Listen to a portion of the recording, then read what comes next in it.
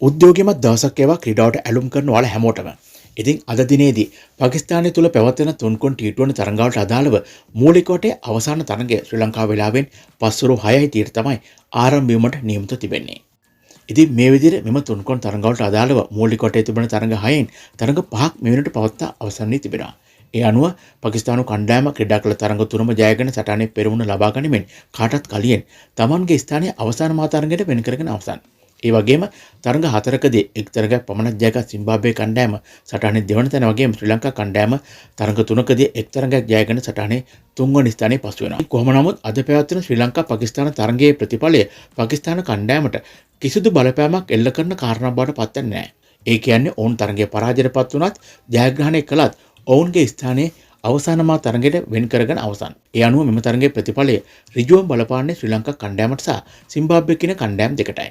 මන්ද ශ්‍රී ලංකා කණ්ඩායමම තරඟයේ ජයගත්තොත් අපට හැකියාව තිබෙන අවසාන මා තරඟයට ක්‍රීඩා කරන්න යම් එකකින් අපි තරඟයේ පරාජයටපත් වුණොත් සිම්බාබ්වේ කණ්ඩායම සහ පාකිස්තාන කියන කණ්ඩායම තමයි අවසාන මා තරඟයට ක්‍රීඩා කරන්න අවස්ථාව උදා කරගන්නේ. ඉතින් කෙසේ නමුත් ශ්‍රී ලංකා කණ්ඩායම අවසාන වලට සිම්බාබ්වේ කණ්ඩායම සමගින් තමයි මෙම තුන්කොන් තරඟ වලට අදාළව මූලික කොටේ පස්වන තරඟයට ක්‍රීඩා කළේ. ඉතින් ඒ විදිහට ක්‍රීඩා කර ක්‍රීඩකයන් 11 දෙනාගෙන් එක් වෙනස්කමක් අද තරඟය තුළ සිදු වුණ බවට තමයි තොරතුරු වාර්තා වෙන්නේ. ඒ පන්දු යෑමේ බලයන්හි ශක්තිමත් කිරීම වෙනුවෙන්. ඉතින් කෙසේ නමුත් ශ්‍රී ලංකා කණ්ඩායමේ අවසාන ක්‍රීඩකයන් 11 දෙනා සැකසීමේදී පිටිකරවුන් 5 දෙනෙක්, තුන් ඉරව ක්‍රීඩකයන් 3 දෙනෙක් සහ නිත්‍ය පන්දුයන් 3 දෙනෙක්ගෙන් සමන්විත කණ්ඩායමක් තමයි අද තරඟයට ක්‍රීඩා කිරීමට ඔවුන් අපේක්ෂා කරන්නේ. ඒ අනුව ශ්‍රී ලංකා කණ්ඩායම අද දිනේ තුලදී පාකිස්තානට එරෙහිව ඒෂාන් මාලිංග වෙනුවට නුවන් තුෂාර ක්‍රීඩා කරන බවට තමයි තොරතුරු වාර්තා වෙන්නේ.